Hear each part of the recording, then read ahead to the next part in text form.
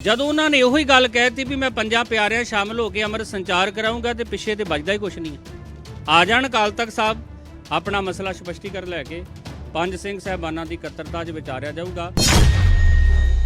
SGPC ਦੇ ਮਤੇ ਆ, ਉਹਦੇ ਸੰਬੰਧੀ ਵੀ ਇੱਕ ਜਿਹੜੀ ਆਪਣੀ ਹੈਗੀ ਆ ਇਕੱਤਰਤਾ ਸਿੱਖ ਵਿਦਵਾਨਾਂ ਦੇ ਨਾਲ, ਸਿੱਖ ਜਥੇਬੰਦੀਆਂ ਨਾਲ ਹੋਊਗੀ।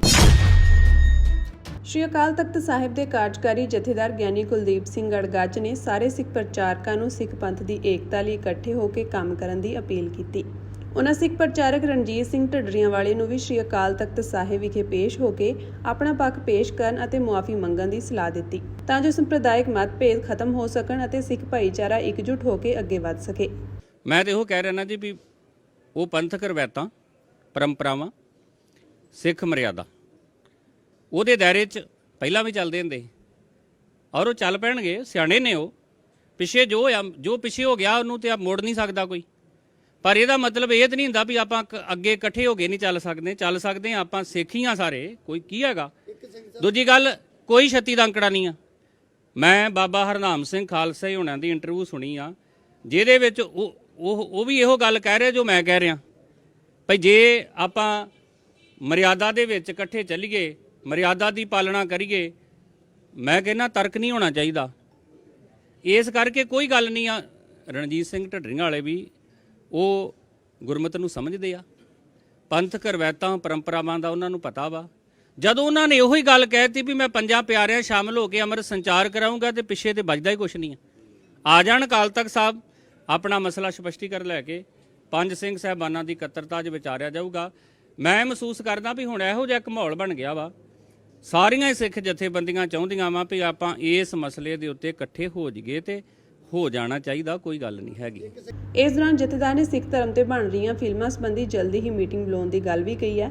ਉਹਨਾਂ ਕਿਹਾ ਕਿ ਸ਼੍ਰੋਮਣੀ ਕਮੇਟੀ ਵੱਲੋਂ ਫਿਲਮਾਂ ਨਾਲ ਸੰਬੰਧਿਤ ਜਾਣਕਾਰੀ ਪਹਿਲਾਂ ਹੀ ਸਾਂਝੀ ਕੀਤੀ ਜਾ ਚੁੱਕੀ ਹੈ। ਕੋਈ ਵੀ ਸਿੱਖ ਗੁਰੂਆਂ, ਉਹਨਾਂ ਦੇ ਪਰਿਵਾਰਾਂ ਅਤੇ ਸ਼ਹੀਦਾਂ ਦਾ ਰੂਪ ਨਹੀਂ ਲੈ ਸਕਦਾ। ਇਸ ਮੀਟਿੰਗ ਵਿੱਚ ਇਸ ਬਾਰੇ ਵਿਸਥਾਰ ਨਾਲ ਚਰਚਾ ਕੀਤੀ ਜਾਵੇਗੀ।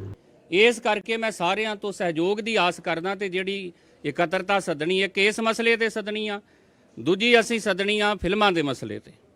ਵੱਖ-ਵੱਖ ਵਿਦਵਾਨ ਸੱਦਣੇ ਆ, ਉਹਨਾਂ ਦੇ ਸੁਝਾਵਾਂ ਦੇ ਤਹਿਤ ਫਿਰ ਅਗਲੇ ਗੁਰਮਤੇ ਹੋਣਗੇ, ਕਿਉਂਕਿ ਬਹੁਤ ਸਾਰੇ ਕੰਮ ਸਿੱਖਾਂ ਲਈ ਕਰਨ ਵਾਲੇ ਹੈਗੇ ਆ ਤੇ ਉਹ ਕਰਨੇ ਚਾਹੀਦੇ ਆ।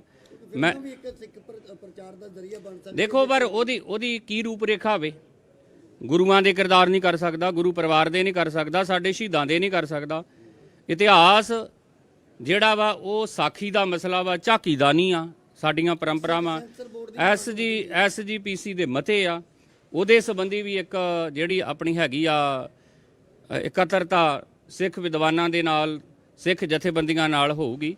ਜ਼ਿਕਰਯੋਗ ਹੈ ਕਿ 20 ਅਗਸਤ 2020 ਨੂੰ ਸ਼੍ਰੀ ਅਕਾਲ ਤਖਤ ਸਾਹਿਬ ਵੱਲੋਂ ਰਣਜੀਤ ਸਿੰਘ ਢੱਡਰੀਆਂ ਵਾਲੇ ਵਿਰੁੱਧ ਗੁਰਮਤਿ ਨਾਲ ਸੰਬੰਧਿਤ ਵਿਵਾਦਪੂਰਨ ਬਿਆਨਾਂ ਕਾਰਨ ਹੁਕਮਨਾਮਾ ਜਾਰੀ ਕੀਤਾ ਗਿਆ ਸੀ। ਉਸ ਹੁਕਮਨਾਮੇ ਵਿੱਚ ਸਪਸ਼ਟ ਤੌਰ ਤੇ ਕਿਹਾ ਗਿਆ ਸੀ ਕਿ ਜਦੋਂ ਤੱਕ ਢੱਡਰੀਆਂ ਵਾਲੇ ਸ਼੍ਰੀ ਅਕਾਲ ਤਖਤ ਸਾਹਿਬ ਅੱਗੇ ਪੇਸ਼ ਹੋ ਕੇ ਮੁਆਫੀ ਨਹੀਂ ਮੰਗਦੇ, ਉਹਨਾਂ ਦੇ ਧਾਰਮਿਕ ਇਕੱਠਾਂ ਦਾ ਬਾਈਕਾਟ ਕੀਤਾ ਜਾਵੇਗਾ। ਗੜਗੱਜ ਨੇ ਕਿਹਾ ਕਿ ਜੇਕਰ ਢੱਡਰੀਆਂ ਵਾਲੇ ਸ਼੍ਰੀ ਅਕਾਲ ਤਖਤ ਸਾਹਿਬ ਤੇ ਪੇਸ਼ ਹੁੰਦੇ ਹਨ ਤਾਂ ਉਹਨਾਂ ਦੇ ਵਿਚਾਰ ਵੀ ਸੁਣੇ ਜਾਣਗੇ ਅਤੇ ਪੰਥਕ ਮਸਲਿਆਂ ਦੇ ਹੱਲ ਵੱਲ ਠੋਸ ਕਦਮ ਚੁੱਕਿਆ ਜਾਵੇਗਾ।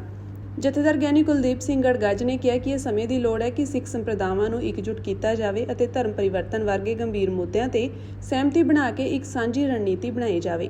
ਉਨ੍ਹਾਂ ਇਹ ਵੀ ਐਲਾਨ ਕੀਤਾ ਕਿ ਜਲਦੀ ਹੀ ਸ਼੍ਰੀ ਅਕਾਲ ਤਖਤ ਸਾਹਿਬ ਵਿਖੇ ਇੱਕ ਵਿਸ਼ੇਸ਼ ਮੀਟਿੰਗ ਕੀਤੀ ਜਾਵੇਗੀ, ਜਿਸ ਵਿੱਚ ਵੱਖ-ਵੱਖ ਸਿੱਖ ਸੰਪਰਦਾਵਾਂ ਦੇ ਨੁਮਾਇੰਦੇ ਸ਼ਾਮਿਲ ਹੋਣਗੇ ਤਾਂ ਜੋ ਸਿੱਖ ਭਾਈਚਾਰੇ ਨੂੰ ਦਰਪੇਸ਼ ਚੁਣੌਤੀਆਂ ਦਾ ਮਿਲ ਕੇ ਮੁਕਾਬਲਾ ਕੀਤਾ ਜਾ ਸਕੇ। ਪ੍ਰਚਾਰ ਦੇ ਲਹਿਰ ਦੇ ਤਹਿਤ ਮੈਂ ਚਾਹੁੰਦਾ ਵਾਂ ਭਾਵੇਂ ਬਾਬਾ ਦਲੇਰ ਸਿੰਘ ਖੇੜੀ ਵਾਲੇ ਆ, ਇੱਧਰ ਡਾਕਟਰ ਸ਼ਿਵ ਸਿੰਘ ਹੋਣੀ ਆ, ਹੋਰ ਵੀ ਬੜੇ ਪ੍ਰਚਾਰਕ ਹੈਗੇ ਨੇ ਨਾਮੀ, ਉਹ ਸਾਰੇ ਦੇ ਸਾਰੇ ਜਿਹੜੇ ਰੋਜ਼ ਹੀ ਬੋਲਦੇ ਆ, ਉਹ ਆਪਾਂ ਇਕੱਠੇ ਹੋ ਕੇ ਧਰਮ ਪ੍ਰਚਾਰ ਦੀ ਲਹਿਰ ਦੇ ਵਿੱਚ ਸਹਿਯੋਗ ਕਰੀਏ।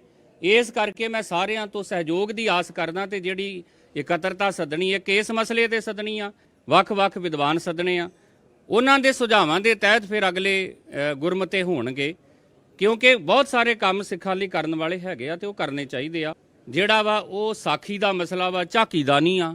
ਸਾਡੀਆਂ ਪਰੰਪਰਾਵਾਂ SGPC ਦੇ ਮਤੇ ਆ, ਉਹਦੇ ਸੰਬੰਧੀ ਵੀ ਇੱਕ ਜਿਹੜੀ ਆਪਣੀ ਹੈਗੀ ਆ ਇਕੱਤਰਤਾ ਸਿੱਖ ਵਿਦਵਾਨਾਂ ਦੇ ਨਾਲ, ਸਿੱਖ ਜਥੇਬੰਦੀਆਂ ਨਾਲ ਹੋਊਗੀ।